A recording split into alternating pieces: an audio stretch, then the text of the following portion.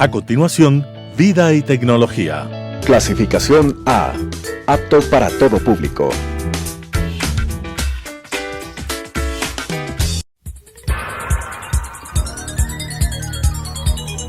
Las opiniones vertidas en este espacio por la producción y dirección del programa son de exclusiva responsabilidad de sus autores y de quienes intervienen en ellos. Telesucesos Canal 29 UHF presenta Vida y Tecnología, descifrando los códigos que marcan la vida moderna, con la conducción de Paulina Paredes. Vida y Tecnología. Hola amigos, qué gusto de saludarles nuevamente en este espacio que es de ustedes, Vida y Tecnología. Siempre estamos buscando cuáles son las inquietudes que están rondando en la cabeza nuestra y por supuesto de ustedes. Y una de ellas es esta modalidad de educación híbrida y también los retos que tienen maestros, estudiantes y las familias con la semipresencialidad con la que empezó el nuevo ciclo escolar en la Sierra y Amazonía en el Ecuador. Para eso queremos hablar, por supuesto, de tecnología, pero también de las tendencias y de lo que decíamos hace un instante, los retos. Esta vez contamos con la compañía de Juan Carlos Montalvo. Él es una persona especializada en tecnología y en este momento él trabaja en Epson, que es una compañía de tecnología que lleva muchísimos años en el mercado. Y queremos hablar no solamente de las opciones de tecnología que encontramos en el mercado en este momento, sino cómo esto está ayudando, cómo esto está potencializando esta nueva relación en la que tenemos a través de dispositivos, a través de pantallas. Juan Carlos, gracias por acompañarnos y por estar aquí. Muy buenos días, Paulina. Muchísimas gracias por la invitación y a la audiencia también muy buenos días. Lo que queremos hablar, Juan Carlos, es cómo ven ustedes desde la perspectiva de tecnología la educación híbrida. ¿Qué consideras una educación híbrida? Porque probablemente lo hemos venido viendo, pero te voy a pedir a ti que hablemos de ese tema. Perfecto. Me gustaría empezar diciendo que los cambios en el modelo educativo han sido constantes en el tiempo. Siempre hemos tenido cambios. Quiero ponerles muy rápidamente un ejemplo. Yo, por ejemplo, cuando estudié en la escuela, en el colegio, lo hice sin computadora. Nosotros teníamos que hacer los trabajos en máquina de escribir. Era un momento en el cual los maestros te mandaban a hacer una consulta y tú tenías que ir a la biblioteca, buscar libros, transcribir todo eso a mano, luego volver a tu casa, hacer un resumen, pasarlo a máquina de escribir. Era una modalidad muy distinta a la que hay ahora. Luego ya hubo un poco más de computación y luego inclusive ya con el internet, la forma de dar clases de los maestros tenía que ser diferente. O sea, ya, con el internet ya no hacía ningún sentido que el maestro mande a hacer la consulta de algún tema, porque simplemente ponía en el buscador ese tema y tenía páginas y páginas y páginas de información. Ahí se volvió muy famoso el copy-paste. Claro. Entonces, ahí los maestros ya se enfrentaron con un nuevo reto. ¿Cómo hacer es que ese conocimiento llegue a los alumnos de una forma diferente? Entonces, esos cambios se podría decir, wow, qué rápido que han cambiado, los nuevos tiempos sí que son diferentes, y eso pasaba en 2 o 3 generaciones y pensábamos que era un cambio rápido.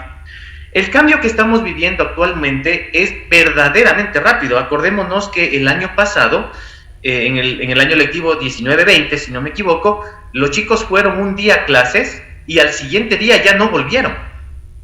Efectivamente, ya todo cambió vertiginosamente, como tú dices. Fue un cambio sumamente drástico. Yo recuerdo que ese año lectivo terminaron en modalidad virtual los alumnos, con todos los retos que eso tenía, y era un cambio que afectaba por primera vez a todo el ecosistema educativo. Me refiero a alumnos, maestros, padres de familia, gobierno, la institución educativa como tal. Todo el ecosistema se vio afectado porque ¿cómo hacer ahora para que los chicos se queden en casa, los padres se queden en casa, todos están trabajando, el chico está estudiando? Era un cambio verdaderamente drástico, ¿no? La infraestructura que tenía que tener el maestro, el alumno, el padre de familia, ahí se empezaron a ver los retos, ¿no? O sea, y te lo digo también por experiencia propia, yo tengo una hija de 7 años, ella tenía clases de aquí al lado mío en la sala, yo trabajaba un poquito más acá en el comedor, y a veces inclusive mutuamente nos hacíamos ruido. Efectivamente. Entonces, todo eso son adaptaciones que tiene que tener todo el sistema educativo. Hemos visto fotografías, perdona que te interrumpa, hemos visto fotografías de la parte de atrás del escenario de los maestros, y resulta que empezaron a poner micrófonos por aquí, luces por acá, y también tratando de utilizar varias pantallas, el celular también como respaldo, una tablet y además de la computadora. Entonces fue una explosión de dispositivos alrededor para una exposición de clases que tenía que ser diferente porque los alumnos estaban al otro lado y nadie sabía en qué situación estaban. Como tú dices, correcto, tenían a los padres trabajando al lado, y concentrarse y volver a retomar esa relación maestro-alumno, compañeros, es todo un reto. Pero ahora esto está cambiando también. De hecho, estamos viviendo otra opción. Correcto. Como tú mencionas, yo estaba mencionando solamente una parte del ecosistema que era en casa, ¿no? Con el padre de familia y el alumno. Pero al otro lado, como tú bien lo mencionas, también había un cambio drástico. La parte de los maestros, que ahora ya tenían no solo su computadora, tenían también la pantalla al lado, tenían un teléfono y trataban de tener todas las cosas conectadas. Pero la parte buena y la parte positiva de este cambio es que la tecnología que manejamos hoy por hoy es bastante fácil de utilizar y bastante asequible. Entonces, no fue complicado, obviamente fue un reto, pero no fue un reto complicado el que los maestros se acostumbren a usar las nuevas herramientas tecnológicas. Ahí difiero completamente contigo. Difiero contigo porque no es tan fácil. Probablemente muchas personas que están 8 horas al día manejando dispositivos, conectándose a reuniones y viendo que la oficina está en el celular, etcétera. Puede ser que el cambio no haya sido radical, pero para muchas otras personas, especialmente piensa en los maestros parvularios y de primaria, donde la relación es bastante cercana físicamente. Ahí implicó una revolución. Yo sí quiero hablar de la revolución en la educación que hemos vivido en este momento. Y eso sí pasa por ese aprendizaje de tecnología que no necesariamente lo teníamos tan cercano. Correcto, esos fueron los retos, pero tal vez me expliqué mal en el sentido de cuando yo mencioné relativamente fácil. Yo me refería, por ejemplo, si tú recuerdas cuando recién aparecieron las computadoras y los procesadores de palabra, por ejemplo, cuando tú querías poner una palabra con negrita, tenías que poner un comando. Sí. Y si tú querías centrar el texto y todo eso, era más complicado, tenías que aprender un montón de cosas. Si tú querías conectar tu primera computadora a la impresora, tenías que traer un técnico especializado para que vea los cables y ver cuál se conecta y configurarle. Era muy compleja la implementación de la tecnología. A eso es a lo que yo me refería. Que ahora, si tú quieres, por ejemplo, conectar un videoproyector a tu computadora, simplemente es conectar el cable y ya está. Lo que tú mencionas es completamente válido. El reto más grande y la dificultad, sobre todo en las áreas más iniciales de estudio, es justamente esa relación personal que los maestros tenían con sus alumnos.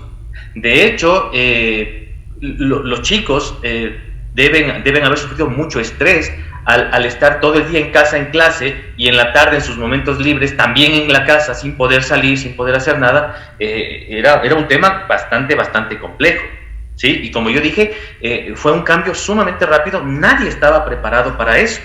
Entonces sí, lo que tú mencionas es completamente válido. Fue muy difícil y es muy difícil ahora, sobre todo en esta modalidad que van a tener híbrida. La modalidad híbrida es básicamente que el alumno vaya 2, 3 o 4 días presenciales a la institución educativa y el resto de días de la semana laboral tenga su jornada en virtual. Eso hay que tener en cuenta que los días que los chicos se quedan en casa no son días de asuelto, no son días de vacaciones. Los chicos tienen una jornada, tienen un horario, tienen obligaciones y responsabilidades que cumplir en esa jornada. Entonces, eso ya es lo diferente y lo nuevo, ¿no? Que los chicos se adapten a ir unos días a la institución educativa y otros días, en cambio, tengan que estar en su casa con su jornada, cumpliendo sus obligaciones y sus responsabilidades. De verdad, o sea, nosotros debemos ponernos en los zapatos de los maestros y en este momento, eso que tú mencionas, el cómo se han ido adaptando a la tecnología, pero ahora que tienen que tener los dos mundos en paralelo, porque los muchachos que van lunes, miércoles y viernes al cole, el resto de los van la mitad, el resto va en los otros días. Entonces es al mismo tiempo presencial y virtual. Imagínense el esfuerzo de los maestros.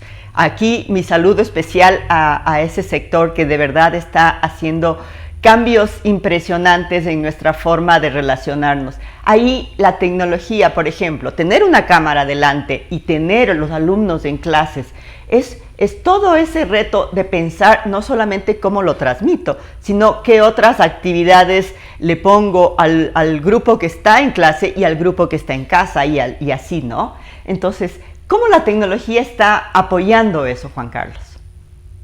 Correcto, también completamente de acuerdo contigo. Si hay los verdaderos héroes en todo este cambio tecnológico que ha habido de esta nueva modalidad, definitivamente son los maestros, porque ellos son los que han tenido que esforzarse de mayor manera para poder tener esta nueva realidad funcionando.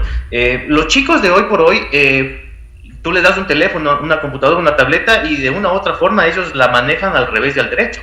Los maestros no necesariamente son de esta generación y necesitan un poco más de capacitación, se puede decir, para el uso de la tecnología, y aún así ellos tienen esa necesidad ahora, como tú bien lo mencionas, de atender un grupo presencial, de atender un grupo virtual al mismo tiempo con la pantalla, y además consideremos que el hablar frente a una cámara no siempre fue nativo para todos. De hecho, hay muchísima gente que le tiene cierto, no sé si decirlo, miedo, temor o recelo o nerviosismo al hablar frente a una cámara. Y de hecho es lo común que las personas tengan ese miedo, ese recelo a una cámara. Y ellos tuvieron que enfrentarse a eso, me refiero a los maestros, de la noche a la mañana y salir adelante. Por eso definitivamente ellos son los héroes.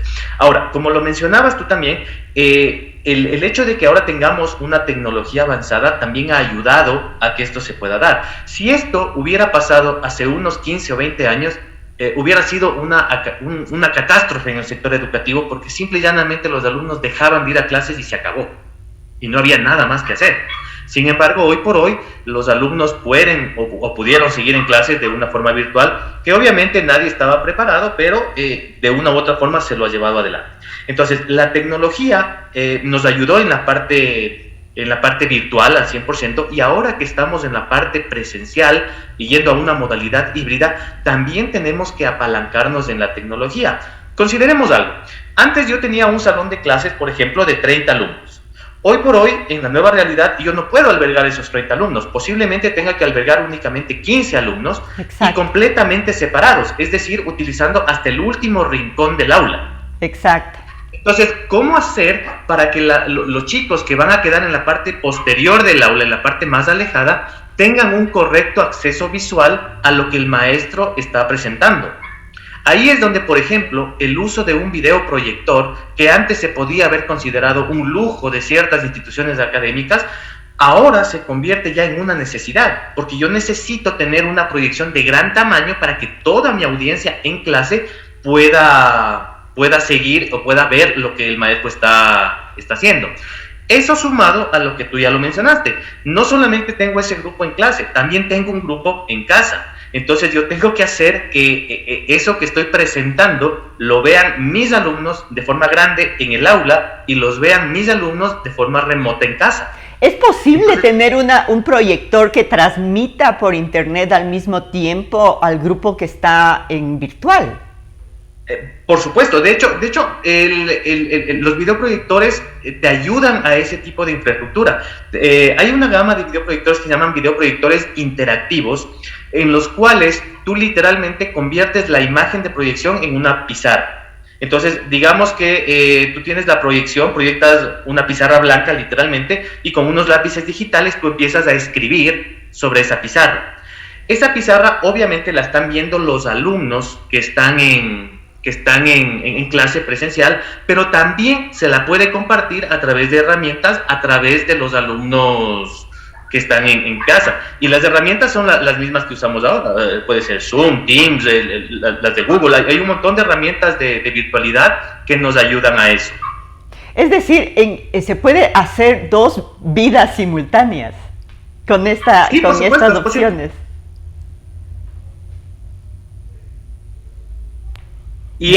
Adicional a eso, por ejemplo, este tipo de proyectores interactivos que yo te menciono, supongamos que el maestro pone algún problema de matemáticas, escribe un problema de matemáticas en su pizarra. El alumno, desde su estación de trabajo, puede acceder a esa pizarra y colocar la respuesta. Hay un montón de opciones para mantener la interactividad y la cercanía, digamos, en este momento entre las clases presenciales y las virtuales. ¿Qué es lo que hace falta realmente en esta adopción?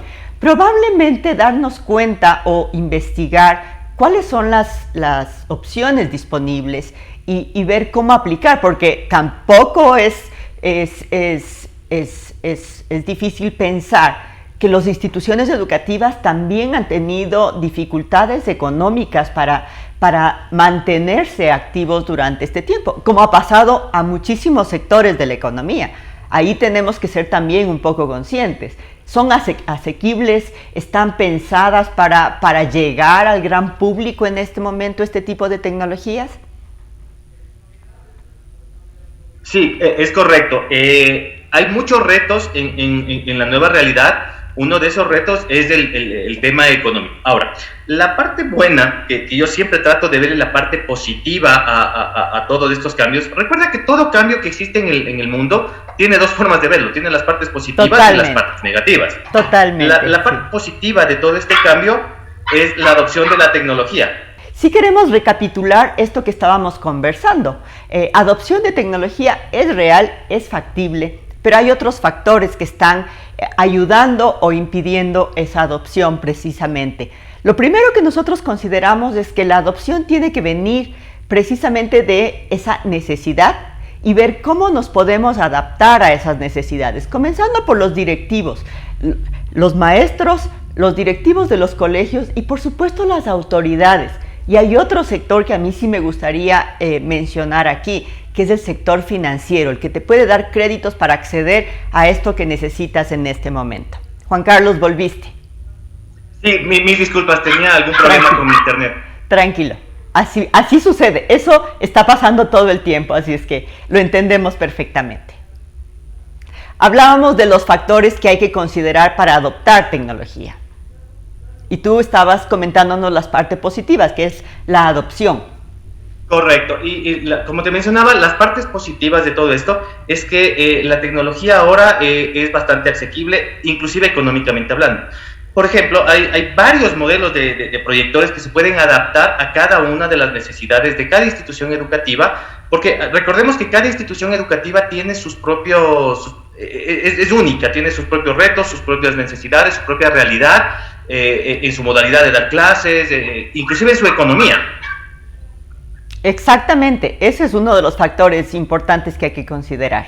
Porque yo, por supuesto, quisiera poner toda la tecnología que sea posible, pero hay que ver hasta dónde nos alcanza el presupuesto. Correcto. Entonces, dentro de esta gama de videos proyectores que existen, por ejemplo, tenemos uno que se va a adaptar a cada necesidad de cada institución y que puede adaptarse, como digo, inclusive al tema económico. Lo bueno es que, por ejemplo, cuando yo te hablaba de proyectores interactivos, las personas tienden a pensar que algo que es capaz de hacer todo lo que mencioné suele ser sumamente oneroso. La verdad es que no. La verdad es que si tú lo comparas con una televisión, por ejemplo, de 85 o 100 pulgadas, el videoproyector interactivo es más económico. Entonces, es una solución que también es viable económicamente hablando.